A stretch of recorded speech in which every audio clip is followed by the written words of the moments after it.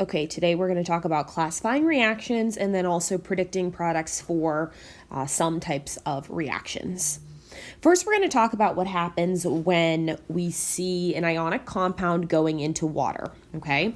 So when an ionic compound, remember an ionic compound is a metal joining with a non-metal. We have a transfer of electrons there. When it is put into water, it actually separates into its ions. So it separates into its cation and its anions. Okay, remember cations are positive, anions are negative. And so we call that dissociation.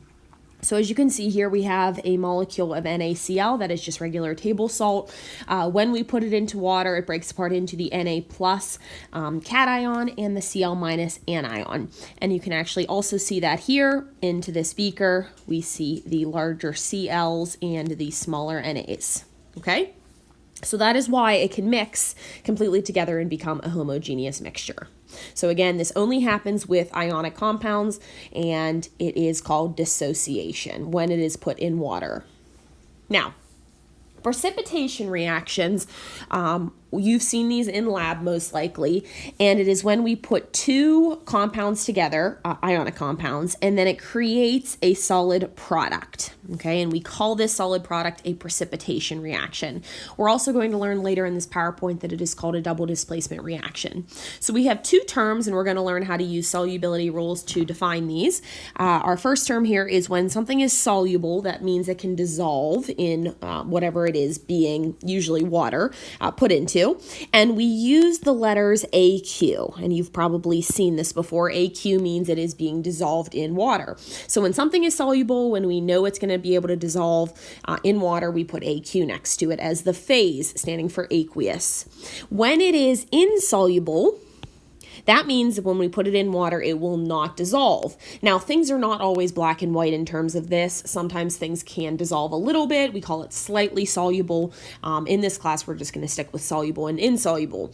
Now, this does not dissolve, so therefore it creates a precipitate. Okay, and that is a term you're going to need to know, a precipitate, and you can see here this yellow precipitate being created in this beaker.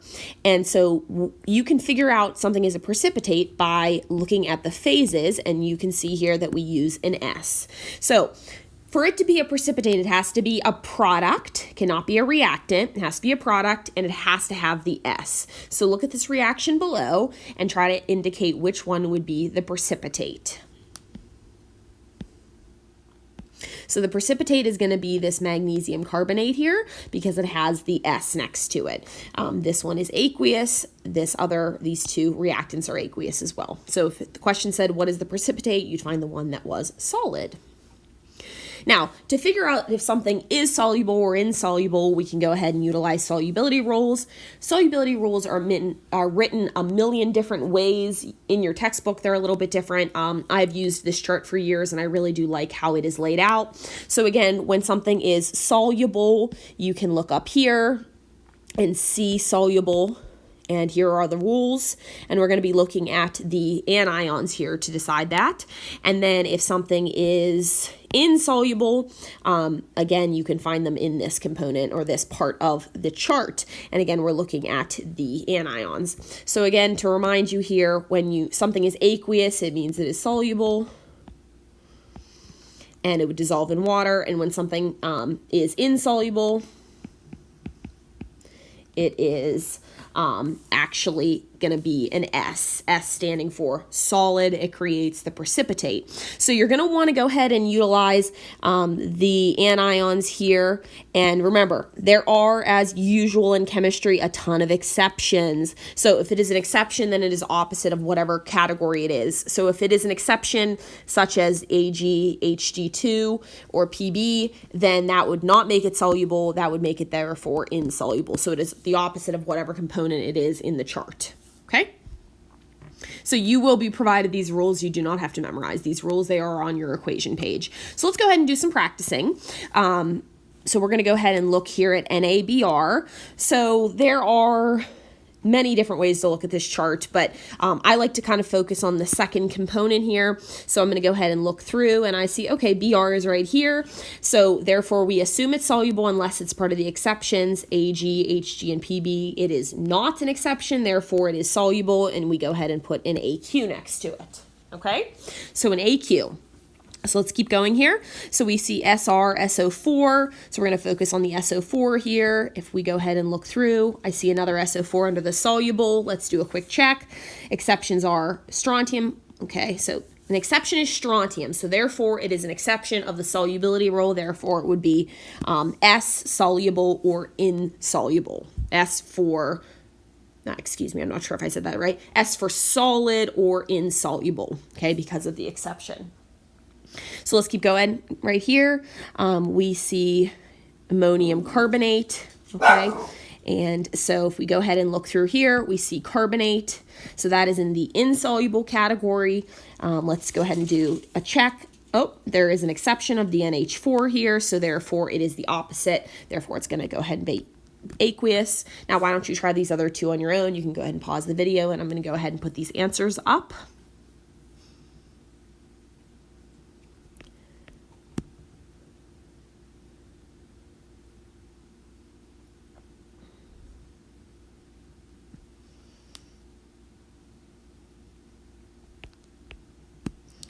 Now, I do want to remind you, a lot of these will say alkali metal. Remember, alkali metals are group 1, so you do have to know when it says alkali metals here, or alkali metal cations, that it is talking about group 1. So it will not specifically say that, such as rubidium. You just have to use your periodic table to decide that. Okay? Now we're going to go ahead into classifying reactions here. We have 5 types of reactions we're going to talk about. We have synthesis, decomp, single replacement. Now you may hear this called single displacement. That is perfectly fine depending on where you're getting it from. Double replacement, also called double displacement, and combustion. So you're just going to have to know how to classify these, and 3 of them you're going to have to know how to predict the products: synthesis, decomp, and combustion for predicting the products. And we will get to that in a few moments. Okay? So the first one is synthesis. You will also hear this called combination. So when anything is synthesized, it is being combined and you are creating something from the beginning components, okay? So therefore, when we look at this, we can see this example of magnesium and oxygen, okay? So if we had magnesium metal, which we're going to see as just Mg here, and we have oxygen, okay? Now, you have to think back to your videos from our previous chapter, but there are certain elements that exist as a group of 2 for stability, and we have a little reminder here. It is Brinkelhoff, BRINCLHONF, okay?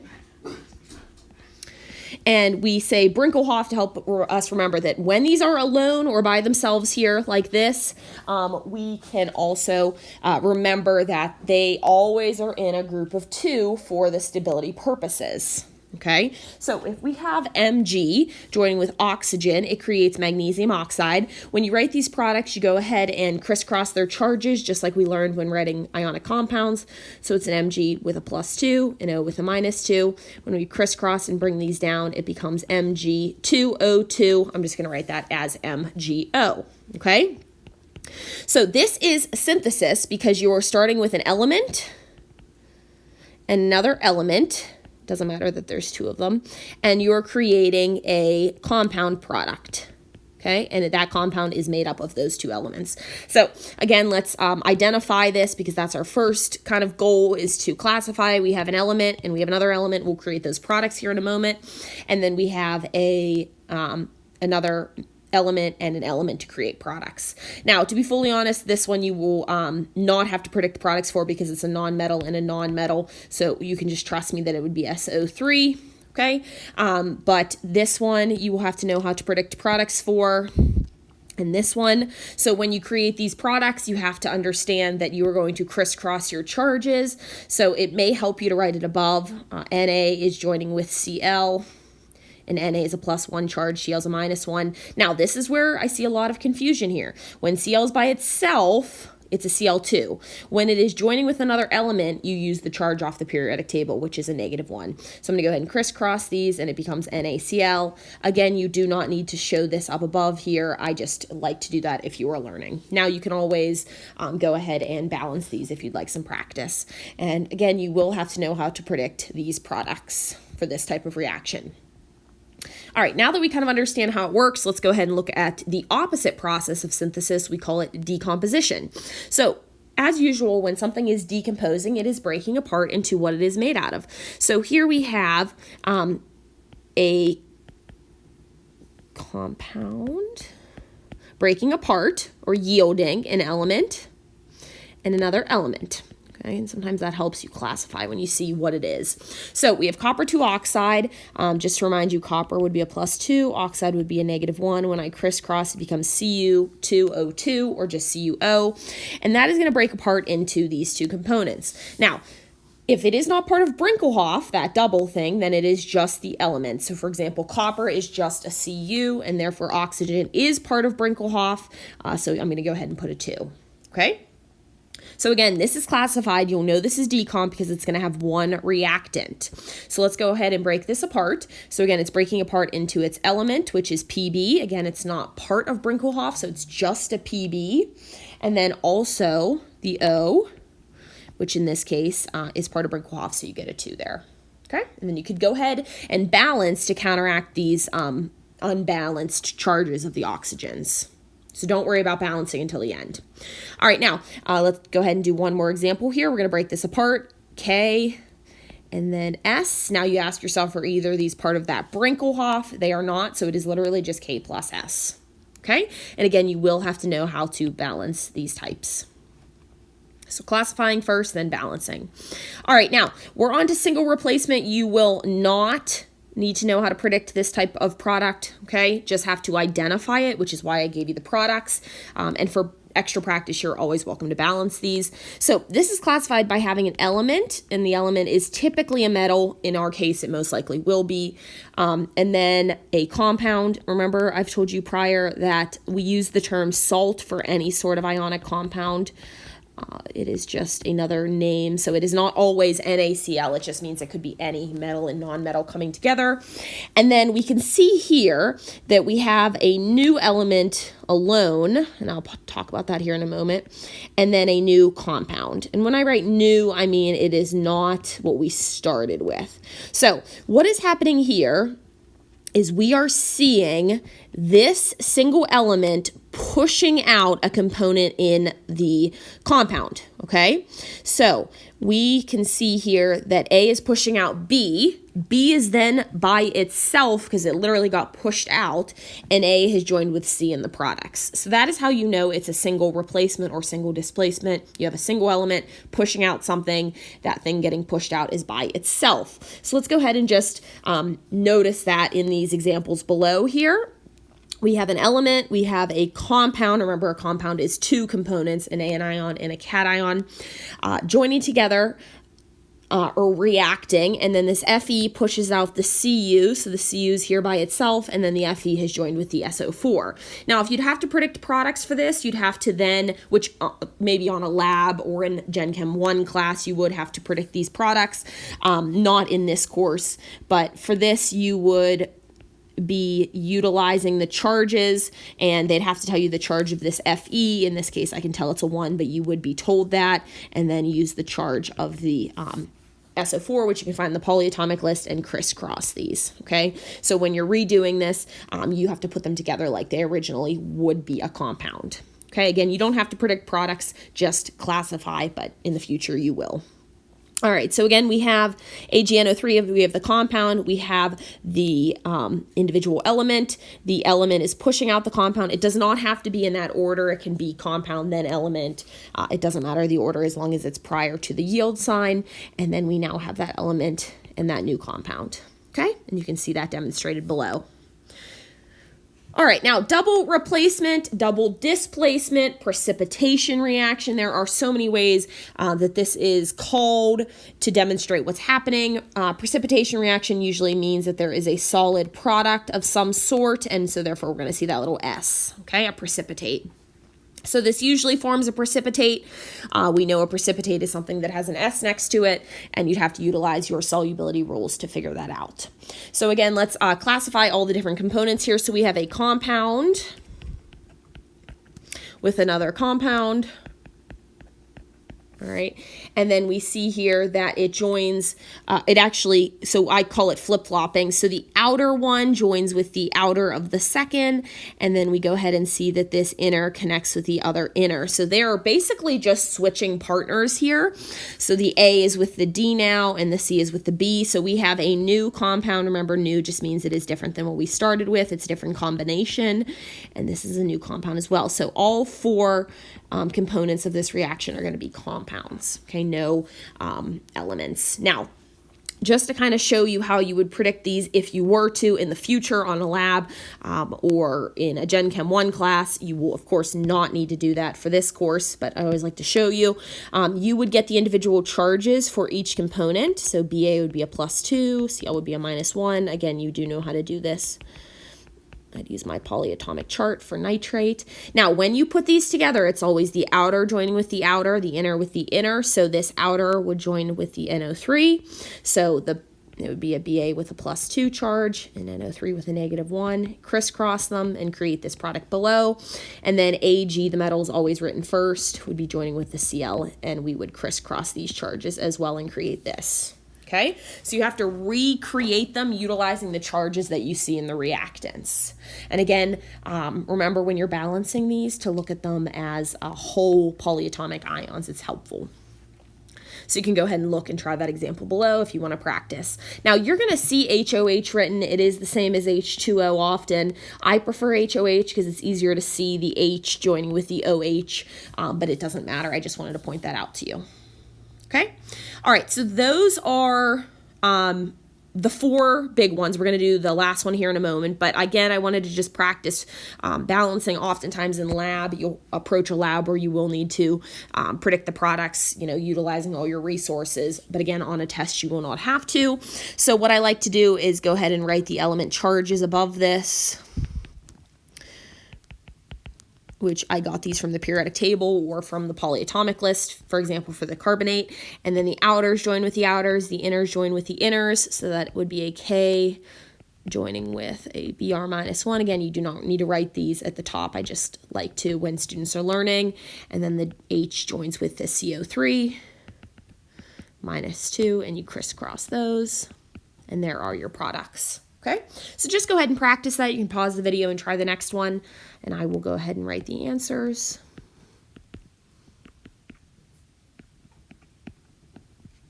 Okay.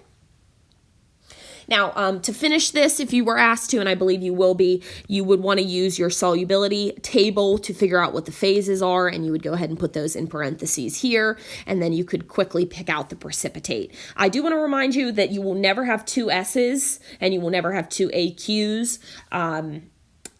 That's just not how that works. So one will typically be an S, and one will be an AQ, okay? All right, and the last one is combination. And since we learned how to balance prior to this should look pretty, common to you here. And a combination I'm calling it the wrong thing. It's called a combustion, excuse me. A combustion reaction, just as it sounds, something is going to blow up typically, or there is going to be a release of heat and light. So a combustion reaction has some sort of form with a C and an H. And I put an X and a Y because it doesn't really matter what the numbers are. You can see here the numbers being anything. Now, occasionally you may see it as a C, an H, and also an O compound with that. Doesn't matter. Same idea. It is still combustion. And you will always, always, always see it as an O2. This will not change. Now, also, this is the easiest one to predict products for because they're always the same too. Okay? So it's always going to also be CO2 and H2O. And you can write that as H2O plus CO2. It doesn't matter if you switch those up. So it's always the same two products. So it's nice. These are also not going to change. So you do not have to crisscross or rewrite any charges or anything. It's always going to be an O2. It's always going to be a CO2 and an H2O, at least in this course. Okay? So just the main thing here is you have to identify that it's combustion. So let's go ahead and practice identifying that. We see a compound with a C and an H, and we see an O2. That reminds me this is combustion, so all I have to do is write CO2 and H2O. Remember, these are a little bit more difficult to balance, so if you'd like to go ahead and practice, you're welcome to there. So again, let's see, a C and an H compound, an O2 compound. It's combustion, and it's CO2 and H2O. And again, you will need to know how to predict these products. Okay, so you have to be able to identify them. Now, we did learn this in lecture, but this is always good practice here. So this is kind of what you would be faced with here. You'd have to go ahead and first indicate this is combustion, and you have to know that you want to write your products. It does not matter the order. I always do CO2 and H2O, but you could flip that. And then let's go ahead and balance this. We have 6 C's. I'm going to put a 6 here. I have 14 H's. I'm going to put a 7 here. Now this poses the problem of having 12 O's and then another 7. Okay, so we are going to do, we're going to see that this is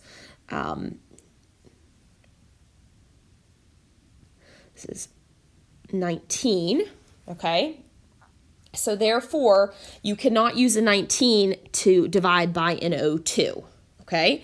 So therefore, when you are faced with an odd number of O's on one side, I told you this before, you're going to go ahead and double everything. So I'm going to go ahead and show you how to do that. I just erase what I have, and I'm going to go ahead and double everything. So I'm going to go ahead and make this a 2 instead. We're going to save this till the end, okay, because that's what we're trying to solve for.